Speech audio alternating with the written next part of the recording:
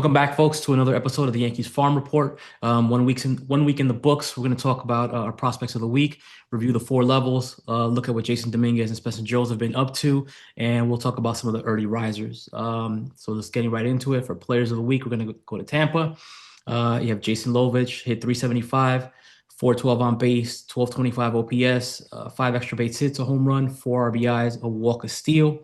Logan Maxwell hit 273 with a 951 OPS, three extra base hits, a home run, seven RBIs, three walks.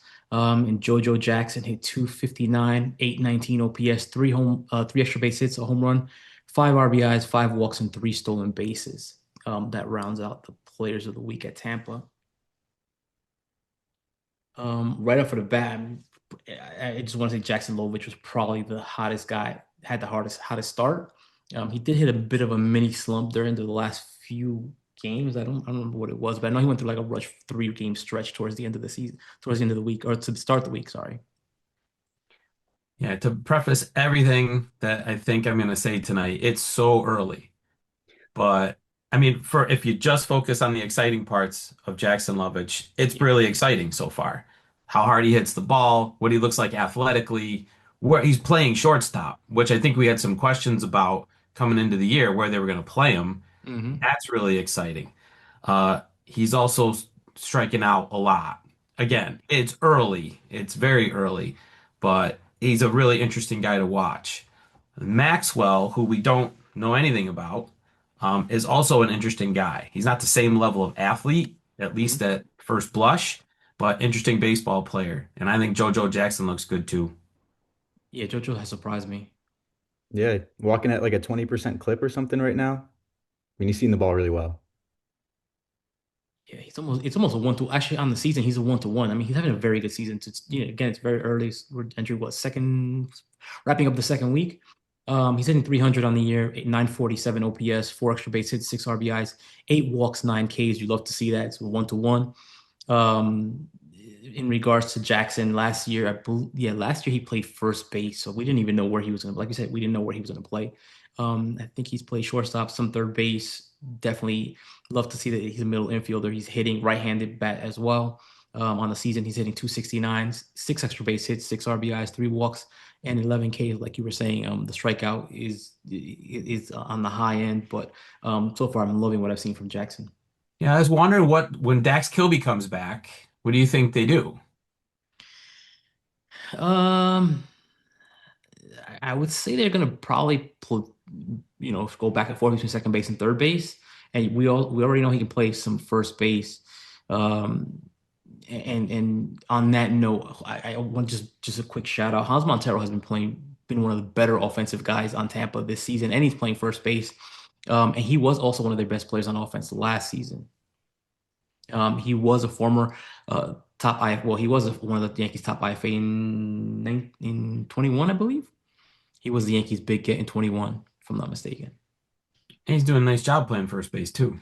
He is. I'm wondering the fact that they came out with Lovich playing shortstop. I wonder if it's third base before second base. And Tejeda's playing second base, right? Mhm. I'm curious because I obviously don't know the answer, but I would I mean, think maybe he could Kilby also play gets the some. priority at short. Would you Maybe he could say? also play some outfield. Yeah, that's true. But like when you're playing the premium defensive position out of the chute, that's really interesting. Yeah. All right. Moving on to the pitching side of things, Danny Flat pitched to a 1.50 ERA, 6 innings of work, one run allowed, one walk, one strikeout. Blake Gillespie threw six shutout innings, four hits, a walk, six strikeouts. Alan Facundo, 5 and 2/3 innings, one hit, one run, two walks, eight strikeouts. Justin West threw 5 and a third shutout innings of baseball, two hits allowed, two walks, seven strikeouts. Tyler Boudreau, 4 and a third, three hits, one run, no walks. Love to see that. Nine Ks. Henry Lalane, 4 and a third innings, four hits, a run, two walks, three strikeouts. Jose Martinez, who has surprised early on, 3 and a third innings, one hit allowed, no runs, one walk, three strikeouts. Matthew Tippy, 3 innings of work, one run allowed, no walks, six strikeouts. And Jose Rodriguez, 3 and 2/3 innings, two hits, no runs, no walks, five strikeouts. So Jose Rodriguez a reliever now? I mean, I think they had him relieve. Oh no, I think he started some games that last season as well. Hmm. But his stuff is good. His problem is his command. Sometimes it can get out of hand. He's gotten out of the gate really well. He relieved again tonight. Another Hmm. good outing tonight. Um, it's the style. And like when you talk about consistency, it's 96 with the fastball, good looking curveball, and you wonder sometimes because the camera angle when you're watching games or the way they classify the pitches, that was a reason they might want to say, all right, if he's out of the bullpen, he's not throwing his change as much. I saw some good ones, saw some bad ones. And then some, I mean, the curveball looked really good, but then some of them they classified as a slider. They had kind of the same movement profile, and I can't tell if it's the same pitch that he just didn't throw with the same spin or as hard or whatever it was. But there's some good stuff there. Just curious because, that was a guy who was probably the most touted starter coming out of the FCL last year for That the guys wasn't who were injured. Yeah. healthy. Hmm. And now he's in the bullpen out of the shoe. I'm not saying it's the wrong decision. I just think it's interesting. Yeah. And Facundo's just overwhelming guys at that level with his stuff. Yeah. I don't think he should have even been there. I'm surprised he started back at Tampa. If I mean, I think he should be the next man up for the Hudson Valley rotation once the spot opens up. He's probably the number one. I mean, I think we'll talk about that later, but number one guy in the system to ready to move up. One guy I did want to talk about was Danny Flatt. I mean, he's been impressive in his two starts this season. He was a kid that they drafted. I believe they drafted him out of high school, if I'm not mistaken. I think you're right. Um, and he's actually looked very good this season. On the year, he's pitched 10 and two-thirds innings, 9 hits allowed, 1 walk, 8 strikeouts. I like what I've seen from Flatt so far. His numbers overall would look a little bit better, but I believe, if I'm not mistaken, he has some defensive lapses in one of his starts. I don't remember which one it was, but and he had inherited runners which Bullpen allowed on him as well. But otherwise, I like what I've seen from Danny Flatt. Yeah, I love what I saw out of Blake Gillespie too. I mean, I know I've talked about him before on this show as well, but the stuff that he had coming out of Charlotte, I mean, you wanted to see it play in the professional level. It seemed to fare well against low A hitters. I know the field didn't really help him out towards like the tail end of his last outing, I believe. Mhm. The command also kind of fell off a little bit there, but to see him successful out the gate is, I think, really promising going forward. Yeah, if I'm not mistaken, they gave like 600 runs or some crazy number like that, but only one of those were actually earned. Yeah. So I Um, know not everybody can start at Hudson Valley, but would you have been surprised if he was another guy who skipped over A and Kind of or where I thought low he's A? going. Kind of thought he was going there, Yeah. but yeah, in the season, Blake Gillespie is pitching to a 0.94 ERA, 10 and two-thirds innings of work, 1 earned run, 4 walks, 13 strikeouts. I think he's got like a batting average against just north of 200 as well. Like stuff is done well. Getting a lot of chase. So really promising stuff to see early. Yeah, it's good. Back to Alan Facundo on the season, he's pitching to a 1.80 ERA, 10 innings of work, 2 hits allowed, 2 runs, 4 walks, 12 strikeouts. I mean, I love Facundo. Like I said, I think he's the next man in Hudson Valley, and he's also Rule 5 eligible. So there might be a guy he could move fast. Yeah, well, that's why there are people who feel like the Yankees lucked out last year not losing him in the Rule 5 draft and then have him start back in Tampa. It's really curious. I thought they'd put him in the bullpen this year, and maybe they still will as he moves up the ladder, especially with the way there's a crying need for relievers at the major league level. I'm not saying he'll climb the entire ladder this year, but I think he's a unique guy, and his stuff, his delivery, there's something about him that he could fool a lot of people, and that's probably the wrong thing to say out of the bullpen, but just go in and let it fly with 2 pitches. Yeah, I mean, if I'm not mistaken, last year in the second half of the season, he was dialing up to 99. I think he might have Yeah, even hit, I mean, I think he might have even hit triple digits. right. Moving on to Hudson Valley, Eric Ganther was probably the only notable player. Hit 429 with a 520 on base percentage, 1044 OPS, 2 extra base hits, an RBI, 3 walks. He so far is off to a really hot start, and he could be another one of those diamond in the rough finds, another undrafted free agent along the Rafael Flores lane. So he's a guy to definitely keep an eye on. And this year he's playing catcher. I think last year he mostly played. He played outfield last year. He didn't play. He didn't catch at all. Right. No, and I think he played outfield in college too. I think catching Mhm. is kind of far back in his resume. Yeah, if I looked, I think I looked and I saw it was like 2 years, maybe 3 years ago, the last time he caught a game. Right. Yeah. Um, you were saying? Well, no, I thought we might talk about Roderick, but should I leave that alone? I mean, yeah, no, go I ahead. don't want to jinx him. No, go for it. Go for it. I mean, tonight he's 2 for 3. He had a big time double in I think the seventh inning or something. It was an RBI double, 2 hits in tonight's game. And Um, Genther's out of the lineup, but Roderick's batting third tonight. yeah, I mean, from what I've seen from Roderick, and I've mentioned this several times, on the show, is that I thought Roderick moving to the Sally League might be good for him because the pitching would be better. You'd have guys throwing more strikes. He would be able to attack more. Guys have better control over the Florida State League. So I thought he might have benefited from that, and it seems like that might be the case so far. I like the start that he's off to. And I haven't watched closely enough because I know there were issues in A ball with Chase and swing selection. I still see the things that I don't think work with him, but I'm seeing some things that do. I've seen him adjust the barrel. I've seen him using the field. Uh, I've seen him hit spin so far. So there's some things that make me say, okay. Now I don't know that he's the potential five-tool player that we might have thought when he was 16, 17, but there could be a really good player there. And he's starting to show some signs Yeah, definitely think he's getting some of that prospect shine back. Again, it's very early, but very early. I like that he's off to a good start. On the pitching side of things, you had Jack Siebert pitched to a 2.45 ERA, 7 in the third innings of work, which was impressive for reliever. 6 hits allowed, 2 earned runs, no walks. Definitely love that. 8 strikeouts. The talk of last week, Luis Serna, 7 shutout innings, 1 hitter, 1 walk, 10 strikeouts. Andrew Landry pitched to a 3 ERA, 6 innings of work, 2 earned runs, 3 walks, 5 strikeouts. Jack Sokol, 2.45 ERA, three and 2/3 innings of work, 3 hits allowed, 2 walks, 6 strikeouts.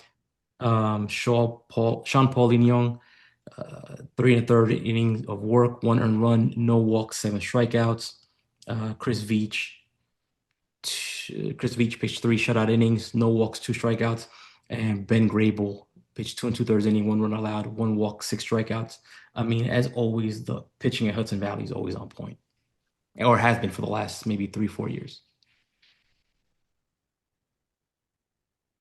Yeah, Ben Grable is really starting to catch some eyes here. Yeah. That's good looking stuff. Mhm. And and so far it looks like he's overwhelming people at that level. What am I looking at? I think I want to say for Grable, oh, there it is. Ben Grable on the season is pitching to a 1.59 ERA, 5 and 2/3 innings of work with 1 walk, 13 strikeouts. You absolutely love to see that. Um, do you think the Yankees would gamble and put him in a rotation? I mean, I don't know where they would put him, but they need relievers, and he has been doing the job more than enough. He's looking like a weapon, like a shutdown option out of the And bullpen. the fact that they debuted him as a reliever makes me think they're going to keep him as a reliever. But I I mean, not like to see necessarily because Jack Seaver himself was a reliever, and they've got him in the rotation now. right, but I mean they have him in the off season. They transitioned him to a starting role. I don't know if in season we would see Grable get stretched out, is what I'm saying. Okay. And I like to see guys who can have success with the fastball, and he's having success with the fastball. Yeah, 96, 97. One curious thing about I wanted to point out was Andrew Landry. He had a very good season last year, I thought. And it's weird that he's in the bullpen now, basically pitching maybe 3 innings, getting 2, 3 innings of work. So I find that strange. Yeah, I mean, like I said, he pitched very well last year and as a starter. So I don't know why they didn't continue. along that route. And if you weren't, if there was no space for him at Hudson Valley to be a starter, then why not just keep him back at Tampa to do that? Yeah, I felt the same way. That's not what I expected to see. I thought he would have a rotation spot. He has been doing I mean, again, it's early. There's a guy maybe who finds a starting role because he's been a multi-inning reliever so far. But Mhm. if you don't want rotation spots to open up because that means maybe guys got hurt, like Hudson Valley's already lost their opening day starter. But there's a guy who could, I think, slide into a starting spot in season. The Yankees' new addition of Sean Paul and Young, I like what I've seen from him. Um, One thing that I would say is that he just needs to go deeper into games. I don't think I've seen him go more than 3 innings in a start yet, but he's not walking guys. He's striking out a lot of guys. You love to see that. I just would like to see him go 5, 6 innings in a start. Yeah, that was a super interesting get for them. I mean, I can't even remember at this point how many orgs like he's bounced around. If it's like two or three, I'm almost positive it's more than two, but I think the Yankees could get something really good out of him. And to see, the start that he's off to, it's really cool to see. Really nice ad there. If you Um, like changeups, you're gonna like the Hudson Valley rotation with him and Serna. Real quick on Chris Veach. I like Chris Veach. I love what he did last year with Tampa. He was a postseason All-Star. This year he's off to a hot start. 5 1/3 shutout innings, 2 hits allowed, no walks, 8 strikeouts. Pretty much doing exactly what he was doing with Tampa, but now in Hudson Valley. Yeah, and getting a lot of swing and miss too. Moving on to Somerset, DJ Gladney, I don't really know what to think of him. He's hitting 389, 476 on base percentage. That's 1087 OPS, 3 extra base hits, 3 RBIs, 2 walks. He's having a really good season for Somerset. George Lombard hit 368, 455 on base, 1139 OPS, 4 extra base hits, a home run, 3 RBIs, 4 walks, a stolen base. He's just doing it all right now. Marco Luciano, who, by the way, tonight has hit 2 home runs. Last week hit 308, 1009 OPS, 3 extra base hits, 4 walks. Owen Cobb hit 286, an extra base hit, 6 RBIs. Garrett Martin hit 278, 937 OPS, 3 extra base hits, a home run, 3 RBIs, 4 walks. And Colby Morales hit 263, 750 OPS, 2 extra base hits, 5 RBIs, 4 walks. Marco Luciano's playing a level down, wouldn't you say? Yeah, 100. Did he debut? I don't remember if he did. Actually, he might have debuted. Like, he played 20 games at the major league level. Yeah, But he's still young. I think he's 23, 24 years old. he's still young. Um, so he could be a reclamation project. I mean, he's off to a really good start. I don't know if the Yankees foresee him staying in the org long, or he could be someone who they try to flip for a younger kid. Yeah, I thought the move was mainly for like AAA depth when it happened. I know Yep. they made a bunch of moves after that. So I get, why he's in Double A, but I completely agree with I feel like he's just playing a level down right now. But to his Yeah. credit, he's playing a level down and making it look like that. Yeah, He's 100%. not moping. He's gotten out of the gate really well. And they've got some interesting guy. I think Kobe Morales is an interesting guy. Hits the He's ball having a hard. really good Garrett year. Martin's a really interesting guy. Hmm. He's kind of like Spencer Jones, and that everybody paid attention to Jones's size and didn't notice that he was a freak athlete coming out of college. So is Garrett Martin. He is an elite athlete. So if the baseball skill comes along, that's a really interesting player. Didn't he? I think he won the Arizona Fall League Home Run Derby. No, He might have. I think you're right I think about he that. did. Yeah. For Kobe Morales in the season, he's hitting 314 with a 961 OPS, 5 extra base hits, 2 home runs, 11 RBIs. He's off to a really hot start. Um, I And wanted to talk. thankfully, so is George Lombard Jr. That's exactly what I wanted to talk about. On the season, George Lombard is hitting 405 with 1193 OPS. Again, it's still very early, but he's off to a hot start. You love to see that because he did struggle. If we're being honest, he did struggle at Somerset last year. 8 extra base hits, 2 home runs, 6 RBIs, 4 walks, 9 strikeouts. I mean, let me get your opinion. What is the deal with wanting to rush him and see him at AAA? maybe to get like McMahon out of the lineup or something. At this point, I don't really know. I mean, he's still what, 19 years old? Is he still 19 or did he go No, turn 20? yeah, Now. he's 20. Yeah, but I don't understand the rush in getting him to AAA. We saw this last season. He played well for like 25 games in Hudson Valley. They pushed him up to Somerset, and he just struggled all year long. Yeah, I'm with you. I think it makes sense to let him have success here in Double A. Hmm. That's what they want him to do. I know they've said that stuff out loud in the past. We want to see a guy maybe master a level and then move up. But I think Toby's right. Every time McMahon makes an out and Lombard gets a hit, they want to see the call up that day. So I think there is a lack of patience because the left side of the Yankee infield right now is not bucking for any all-star berth. So um, Yeah, I but here's get it, but it's just really promising that you keep seeing Lombard get better. Now, I saw yes. him at the end of last season, and he was getting beat by high fastballs one after another, and so he gets stronger, and the swing is is is still improved from last year. Like he's hitting the ball all over the field and hitting it with authority. I mean, it all looks good. Knock Yeah. on wood. So Yeah, he did struggle with stuff up in the zone, and if he did get to it, it might have been like a weak pop up. But now he's driving it, which you definitely want to see. But my thing is, when it comes to Yankee fans, you don't have patience for prospects. Why do you want to see George Lombard? He's not a finished product. He still needs more time. I I wouldn't be mad if he didn't get to Triple A until it was like September, if I'm being yeah, completely honest. right. I wouldn't be perfectly fine with that. Because I don't want to see the I don't even know if it's a mistake, but I don't want to see what happened with Volpe repeated again, right? Volpe was he mastered Double A, but he got about, I think it was 25 games to Triple A before he got the call. Right, late. That was just gonna say Yeah. that was his pattern. He came up at the end of the AAA season, Hmm. and then he debuted in the majors the next year. Yeah, and he did not fare well at Triple A. Granted, the test is always at Double A, but I mean, you got to show me that you could at least tread water at Triple A, and he didn't even do that.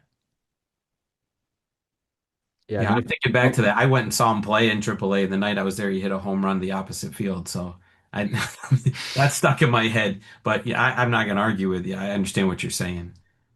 no, if Lombard's doing what he's doing all year, I mean, this level of production, it's not sustainable, but something of No, the sort where he's just playing this good, making great swing decisions. I think I saw a stat that like 60 pitches that he's seen out of the zone, he's only chased at like one of them. I mean, that's Jesus. probably a little bit off, but it was something around that. And if he's doing that and he's getting that comfortable against these good double A arms, I don't really think I don't know how you could be mad to see your top prospect doing good at double A. No. And Uh, even when he didn't have the statistical success and when the numbers weren't there, the scouting reports were still good last year. And people still liked him and obviously complimenting the defense, but people weren't getting on him. Nobody was giving up on his future hit or power.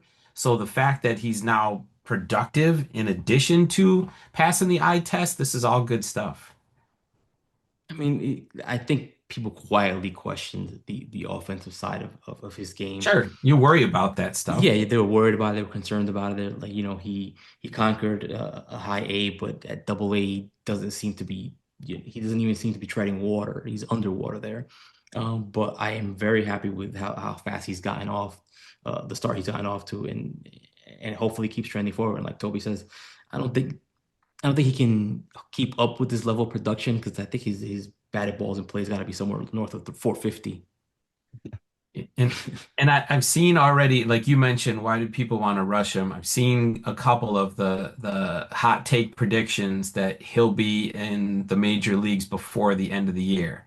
I I would In think what year? something has to be catastrophically wrong The end in of the what major year? league with the Yankees for them to have him in the lineup at some point this year. They have to be out of contention, which I won't rule out, but I do not I don't see a even think scenario where that. they play him in the I don't major. even think that because if they're out of contention, why would they start his clock? Yeah. Only with the idea that all right, he's our guy next year. Like we're it's kind of like they Yeah, did with Gary Sanchez or somebody like that. Like here's our guy, we're bringing him up now. but Or for that, you anoint him as like spring training. no, I'm not arguing with. I'm just saying I don't see it happening. Yeah. That's the only way it could happen is if something like that, if everything fell apart and they were like, we still want people to come come watch the Yankees or turn on the TV. We got to do something. I feel like that would just anger a lot of Yankee fans, or not a lot, but it would anger some Yankee fans being like, why are we playing a 20-year-old prospect as the New York Yankees at the tail end of the season? Which makes me think, maybe, yeah, that would be when they're out of contention at that point. That's the only scenario I see it. Yeah. Hope it doesn't come to that, honestly. Same. Yeah, agreed, agreed. Moving on to the pitching side of things, Kyle Carr pitched to a 3.18 ERA, 5 2/3 innings of work, 2 runs allowed, a walk, 6 strikeouts. He's off to a very good start at Double A. Chase Chaney pitched to a 1.59 ERA, 5 2/3 inning, 1 run allowed, no walks, 5 strikeouts. Will Bryan pitched 3 shutout innings, no walks, 6 strikeouts. Chris Keane, 3 shutout innings, 2 hits allowed, 2 walks, 5 strikeouts. And Eric Raiselman, 3 shutout innings, a walk, 7 strikeouts. Um, right off the bat, let me first touch on Will Bryan. I like Will Bryan. His issue was he was a high draft pick. His issue was he just couldn't stay on the field. He seems to be healthy now. He's Rule 5 eligible. I think if he continues to play well, he could be a guy that could debut this season at some point. Can't rule anything out with the way the Major League bullpen looks. Oh But my at God. least he's gotten off the start he needed to get off to. Let's put it that way. Yeah. Because I mean, it's not like he had a bad year last year, but there was nothing to knock your socks off. And there's I haven't watched him enough this year to see what the stuff looks like. So what's your take on that? I mean, probably he's well. Like, it's still very early. I think it's what 6 innings of work for him, Sure. but it looks more crisp than last season. Which is, yeah, because I saw him in person at the end of last season, and it was definitely okay. I don't want to um make it sound derogatory here. I mean, Hmm. but it wasn't like, who is this guy? It was Right. so if the he has a reputation for being able to throw hard, and so if that fastball's ticked up from the left side, then that's a really interesting guy. And speaking of fastballs that have ticked up, Kyle Carr, I've noticed him was hitting 95 several times in his last start, which is a Which is surprise to great. me. I think he Yeah. was topping out last season around 93, if I'm not mistaken. Yeah. You guys at the chat, please correct me if I'm wrong, but I don't recall the start where he was consistently hitting above 93.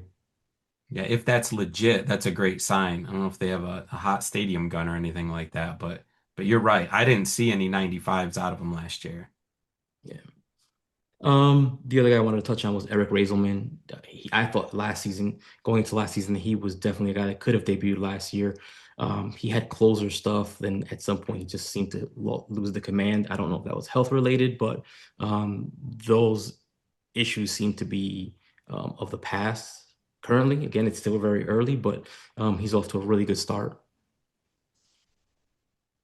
Yeah, I mean, he's got what, like a walk per nine under three right now. I mean, that's promising to see just right off the bat, I think, in his first 3 games, like a K per nine net 18 or something crazy like that. So really promising stuff. Like you said, the command kind of went south, very south at the end of the year last year. So to see him start off on a right note at least, uh, Mhm. hopefully we could see him debut this year. Yeah, hopefully he continues down this line because, like I said, he's looked really dominant in the 2 games that I've seen him in. And the power's been there. Just good to see.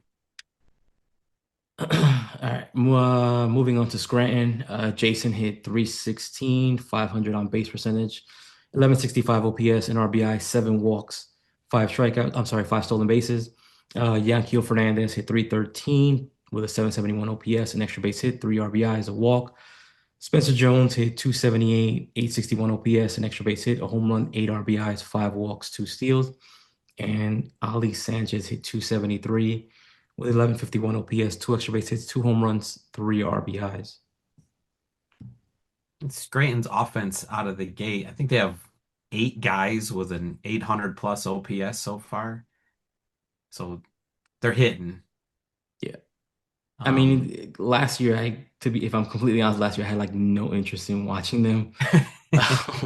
There was a few guys that I kept an eye on, like Spencer Jones, Eric Raiselman, towards the end of the season, Harrison Cohen, um, ERC, but they're a lot more exciting this year, let's just say.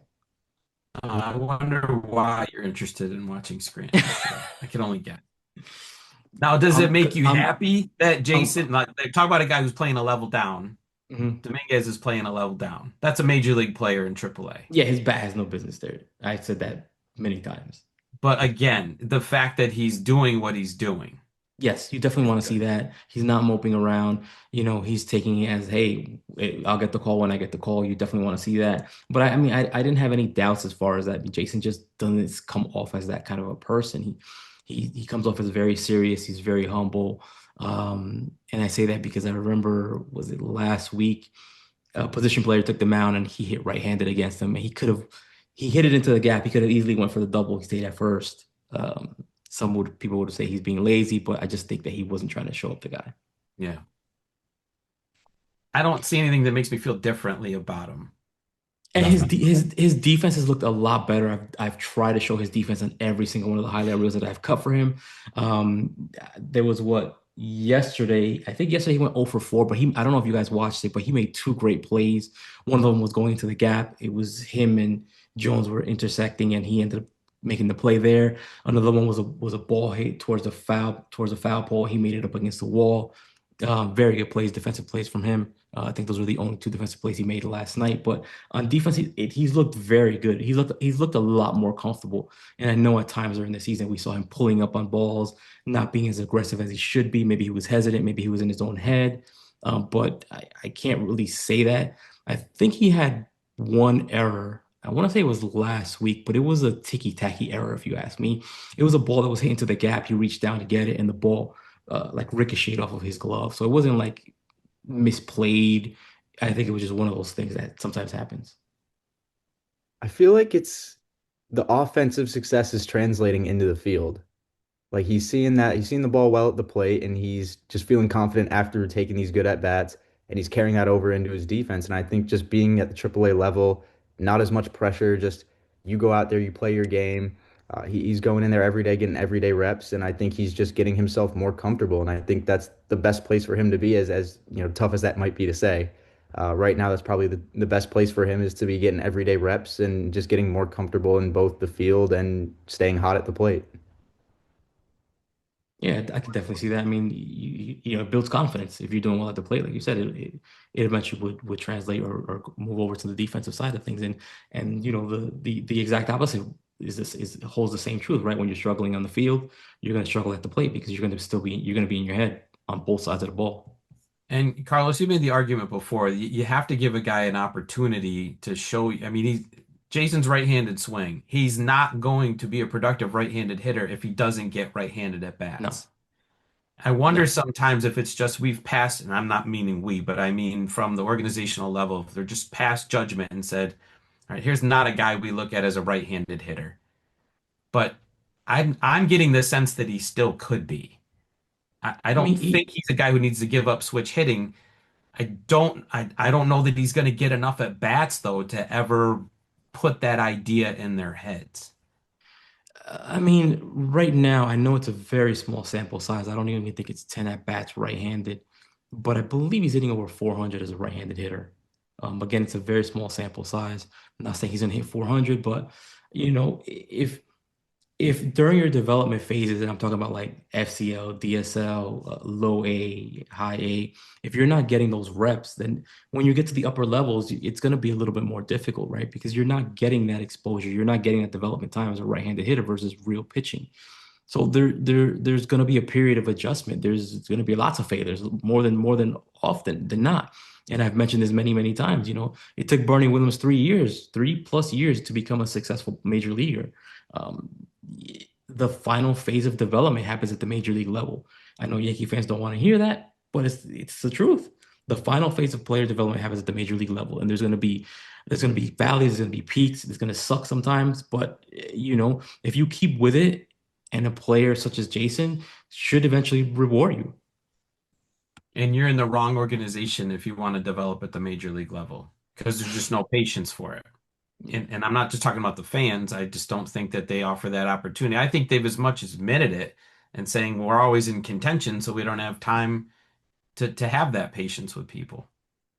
But again, to me, it's like a self-fulfilling prophecy. It doesn't make sense, right? Because if you're winning, I think that's the time where you should be like, all right, let's develop one guy here. Let's develop one pitcher there. Because at some point, that player's contract is going to be up. And whatever he cost you last year is not going to be this year's price. And then you're going to keep complaining about the budget is this, the budget is that, player salary is this, player salary. Well, if you were developing some of your players, one player here, two players the following year, then those issues wouldn't exacerbate or be so bad. Well, how about this? How many at bats is he really going to get from that side of the platoon? I mean, he's not going to flip around. You're going to face righties more often. So, how much of a detriment are we really talking about? I If mean, he's enough if enough that they he's had to enough that they had to sign Randall Grichuk. Does he have a hit yet? I didn't check. He I has don't one. know. No? Oof. Okay. He got one last night, He has maybe. one. Oh, he You did. sure it I wasn't want a to say he's walk? got one, but It was a I don't walk. know. The problem is he doesn't see the Yankees on the other side of the field. Then he batted, I think, a There you thousand go. against them with 100 home runs in his career. Just put him in the other dugout, and then he'll take off. What do you guys think of Ali Sanchez? I mean, I don't know much about the guy. I know he's off to a really hot start. Yankees need a right-handed catcher. I think he's an emergency guy, don't you? I think they still love the JC Escarra story. I mean, I like him. Yeah. JC seems like a nice guy. I wish him nothing but success. Yeah, I think Sanchez is a nice guy to have in the organization, and he might be one of those guys because he's new that it's going to take some time for him. I mean, look, Escarra came in and here he is at the major league level. If you Mhm. can win enough fans in the organization that you play yourself into a chance. So good for him so far. All right, moving on to the pitching side of things, Brendan Beck pitched to a 4.75 ERA, 5 2/3 innings of work, 3 runs allowed, 2 hits, 2 walks, 6 strikeouts. Elmer Rodriguez pitched 5 innings, 1 earned run, 3 hits allowed, 2 walks, 5 strikeouts. And Giovanni Cruz pitched 2 innings, allowed 1 unearned run, 1 walk, 3 strikeouts. I really like what I've seen from Giovanni Cruz, and I think he should definitely be on that Scranton shuttle at some point. 100%. Anybody that can offer anything at this point. Right. He Oh can my do what God. some of the guys they have up there now are doing. Mm. He can give, I mean, really, I think Toby's right. There's going to come a point where you got to try something. And the stuff is there and the results are there. This isn't a retread. He's still a young guy. Um, so I got a feeling they got 40-man spots. This could be a button they push. Let me ask you guys because me personally, I hated the trade, and I don't give a shit how many years of control they have. I hated the Rock Riggio for Jake Bird trade. I I absolutely hate it. It made every no time sense he to takes me. the You field. traded for a AAA pitcher? What? You traded a top 15 prospect for a AAA pitcher. People keep telling me, oh, he's got 3 years of. I don't give a shit how many years of control he has. I don't care how good his stuff looks. I don't care how good the analytics look on him. The results don't show up on the page. It don't show up on the field. It doesn't show up on the field. No, and it was such a big slap in the face too to see Riggio do good with the Rockies org after he got traded. Like, If you're the And Rockies, I mean, you're picking up the phone this year and saying, "Hey, you want anybody else out of our bullpen?" Jesus. They've sure done pretty well Glasson so too. far in those trades. Like sent I mean, Angel Shavy for I don't, I didn't understand the trade from off rip. I'm looking at his numbers and I'm like, Colorado didn't even want him. Why would you trade for this guy? So wasn't I the book that don't, they and ran him into the ground last year and then he oh came to New boy. York and So he it was was on so you're view? telling me it was a Tanya Sturts issue or a Scott Proctor issue? I don't know what the issue was. I didn't hardly know anything about it. I know that they said that their players made the recommendation because they thought he was so nasty when they faced him. And look, I was thinking about this. Jake Bird pitching in 1995 is a monster, right? Ball spinning, flying all over the place. But it's nowadays, it just doesn't work like that. I It's mean, been we like that saw. all the time. You still have to locate. Oh shit, we saw that with Adam Ottavino. Yeah, right. I don't know. I don't get the trade, and after last week, it just pissed me off even all over again. I was like, oh my God, this is what I'm talking about. I understand that not every single Yankee prospect is going to turn, is going to be a success story. I understand that they can't hold on to every one of them, but my issue continues to be that you use prospect capital to make trades that don't make sense, and you can continue to get burned on. I mean, outside of the Juan Soto trade. Uh, can't think of another trade right now that actually worked well. Maybe the Anthony Rizzo trade worked out for 1 year well for them. The Um, the what? Jazz trade. I The can't Jazz argue with trade that. on I'm the just not a initial year, Jazz yeah. fan. That's fair enough. Fair Last enough. year was really good for them. This year he's not off to the greatest of starts. It's still too early to say, but yeah, sure, I'll give you that one. But other Clay than that, Holmes. Clay Holmes, sure, Clay Holmes, yeah, I'll give you that one But too. to your point, you traded for Juan Soto. You know what you're getting. You Yeah. bought a premium player, right? But it's all these buy low trades that they seem to want to make hmm where we can turn this guy into something. And then they get to New York and they play the way they were playing someplace else. I Like, saw I saw somebody tweet it. I can't remember who it was now. That the Matt Blake experience is basically he has two or three established guys, and then he has a bunch of projects that sometimes turn out. But it seems like now he's got just a bunch of projects, Yeah. and they're but not turning out the they pendulum because swung. they fired up the Scranton bus all over again, Yeah. and I hadn't seen that like in 2, 3 years. Yeah, I mean, you can't be surprised when guys do what they were doing before. At some point, they've shown you who they are. I'm not saying players can't improve. Of course they can. That's why they keep rolling these dice, but it's snake eyes again and again on these things. Uh, like I said, I don't understand it. I don't understand it. Um, just checking in on Jasson and Spencer Jones on the season. Jasson Domínguez is hitting 327, 947 OPS, five extra base hits, two home runs, eight RBIs, 12 walks, 10 strikeouts. He's 8 for 9 in stolen bases. Spencer Jones is up to 254 now with an 849 OPS, eight extra base hits, three home runs, 19 RBIs, which I do believe leads the org. Nine walks to 28 strikeouts. So I mean, much better for Spencer Jones compared to where he was a week ago. Still the Spencer Jones experience. Yep. Cover up the strikeouts and it looks good. Yeah, I mean, as long as it means if he's hitting home runs, people don't really see that column or look at that column too much. Yeah. He's at 40% now, I think. Is he? So I Yeah. mean, it's improving. And, Yeah. and From 80% last right, week. but I wasn't saying that to be funny. It is improving. I mean, it was at 51%. You're right. It's only what the third week of the season Yeah, here. So yeah, if it keeps going, I think he's a unique guy. The strikeouts aren't going anywhere if yeah, you can live with it. And I really think he can be a very good player at a 30 to 33% strikeout rate in the agreed. major leagues. And you hmm should be able to live with it because it could come with center field defense, 40 home runs. I mean, you're going to get a lot if you don't mind the strikeouts. Yeah, the Yeah, swing and miss has been egregious to start, but again, very limited sample size. So I'm not necessarily freaking out over a swinging strike percentage that's over 20%. But I got to watch him play a couple nights ago and was on the third baseline. So I got to really see like his stance from like his side.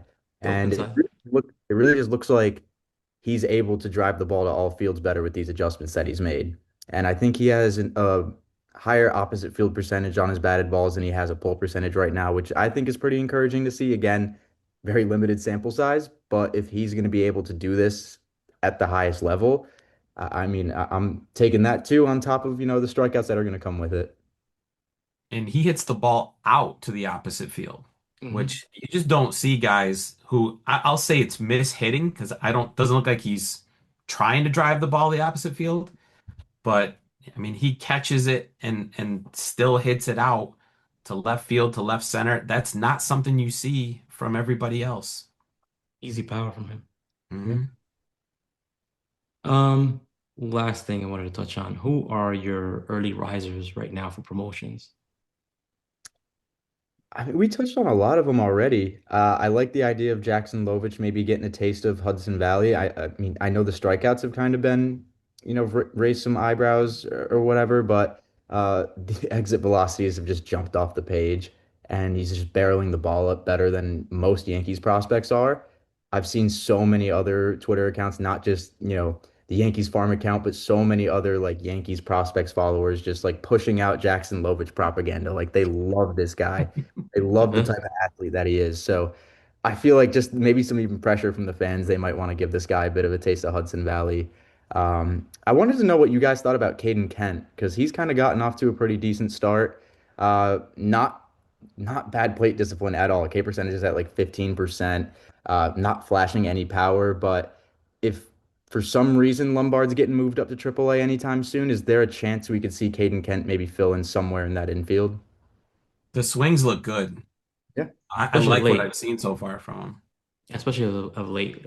He's had some really good games as of late. I think uh, I don't know how he did tonight, but I know the previous two nights, I think he was at 5, 6 hits.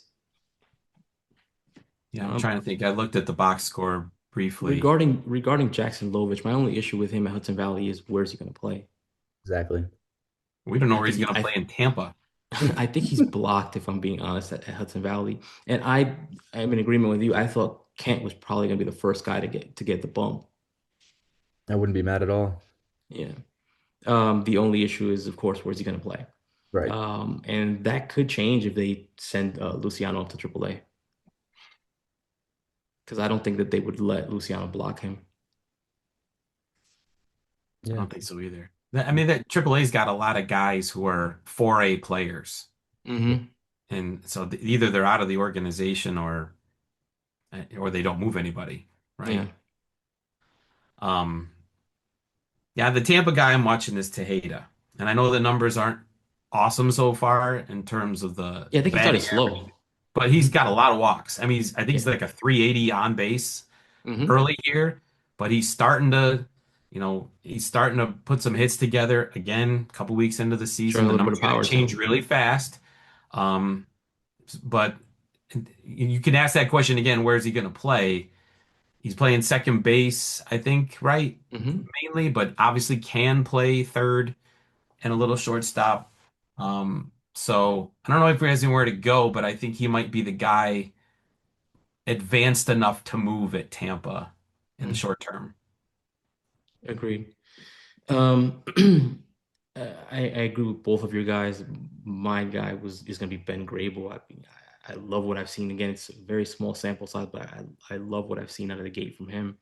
And of course, I thought Alan Facundo should have started the season at Hudson Valley. I don't know why he was sent back to Tampa. His stuff looked really good. Again, I think he pitched 30 innings at Tampa last year, but he was pretty much lights out. No idea why was sent back there, but to me, and I mentioned earlier, I think he gets the first call. Yeah, I'm still wondering what they're gonna do with him. Look, because the numbers are dominant so far, Hmm. and like we just talked about, it's there's some triage that's gonna have to happen with the bullpen, and if you know, we've seen stranger things. If this is a guy who they just say, "Look, let's see what we got here. Let's challenge him and see if we can't move him up." He's of age in the sense that he's Rule 5 eligible, so there's no sense waiting. If we can do something here, let's see if we can do something. Yeah. Last topic, and then before we get out of here, um, Ben Rice versus left-handed pitching. To me, I hate this idea of, oh, we have to start Paul Goldschmidt, because if you're in the playoffs, that's not going to be the case. At some point, he's going to have to face left-handed pitching. So why not let it happen in April? It just feels like it just kills his confidence. Like this Hmm. is statistically one of the best hitters in the league right now. Like to start the season, there's not been there's maybe been a handful of guys better than Ben Rice. And it's not like he's totally incapable of hitting left-handed pitching. Also, he was a league average hitter against him last year. So I don't see how you look at that, especially for how analytical this Yankees team is, and think we have to give Goldschmidt starts. I mean, to me, he's the best. He's the best hitter on the team right now. Yeah. It's arguable. To me, I don't understand the platoon. It's early. Let him get those reps in. Let him, like you said, let him build his confidence.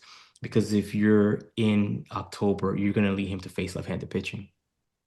I hate the idea of just the fact that like he's just incapable, or the fact that like you have to use him as a Swiss Army knife. Like Boone's Mhm. saying, I love being able to just pick and choose where I could throw Rice in at whatever spot. Like I don't think he likes that as much. Like I mean, I couldn't imagine. Oh, we can't hit Paul O'Neill tonight, because there's a lefty on the mound. Well, so Aaron Boone said he wanted more platoon type roster, right? You want to be able to match up better with the roster they have. But it's just you have Goldschmidt, he can only play first base or DH. And you're not going to play him against righties. So if he's going in the game and John Carlo's healthy, I mean, you got this guy on the roster that has no flexibility. And I'm not saying I don't like Paul Goldschmidt, but to your Mhm. point, you can't sit down your either first or second best hitter when you don't really score a lot of runs right now. Mhm. So I I'm in agreement with you on that one. Think of something else. Look, if it's a matter of, and maybe they don't like Ben Rice at catcher, but if Ben Rice catches against lefties and we sit Wells, is that an option? And then Ascara becomes the guy who is the odd man out. Yeah, just I'm not a huge fan of it. Like it's early on, but yeah, the offense is in disarray. You're having difficulty scoring runs. You're having difficulty rallies, putting rallies together. Why not do this in April? I get it, in April if you're facing like a Tarek Skubal, which Right. Well, that's later in different. the Yeah. season, I agree with what you say, Carlos. Is the postseason, you're not going to sit your best hitter, especially if it's Hmm. Tarek Skubal on the mound. But like, we can't be benching him against like Yusei Kikuchi or against like lefties that like you should be building your confidence against. So I I, I don't know. I don't know what the thought process is really anymore. You're 1,000% right. You take a day off against the guy who's the toughest lefty in the league. But to Carlos's point, they've never done this, right? They've never sat their better players just because they didn't have the platoon advantage. I don't know. It's strange. Yeah. All right. It's You not guys their got biggest anything problem else? right now, though. Yeah. Well, you guys got anything else? I don't think so. All right. And one All right, name I'm guys. going to throw out there before we go, All Tyler right. Boudreau. You mentioned him really Mm. quickly. Hmm. Another good start tonight. He did. Free agent sign, correct? I want to say yes. Yeah, and this He's looked guy's really good at. I mean, guy's to turning me, heads. he already Yeah, looks like he's ready for the next level, especially based off let's how he pitched last season, and he's off to the start he's off to this year. He's looked really good. that's a guy I wanted to mention in terms of promotion. This guy keeps pitching like this. He's a mover. Hmm. And he's a smaller guy too. He doesn't look like he's like 5'8", 5'10", maybe on paper. Solid Yeah. though. All right. On that note, guys, we're gonna head out. If you could do me a favor before you guys head out, make sure you hit the like button, and if you haven't already done so, please subscribe. On that note, you guys, good night.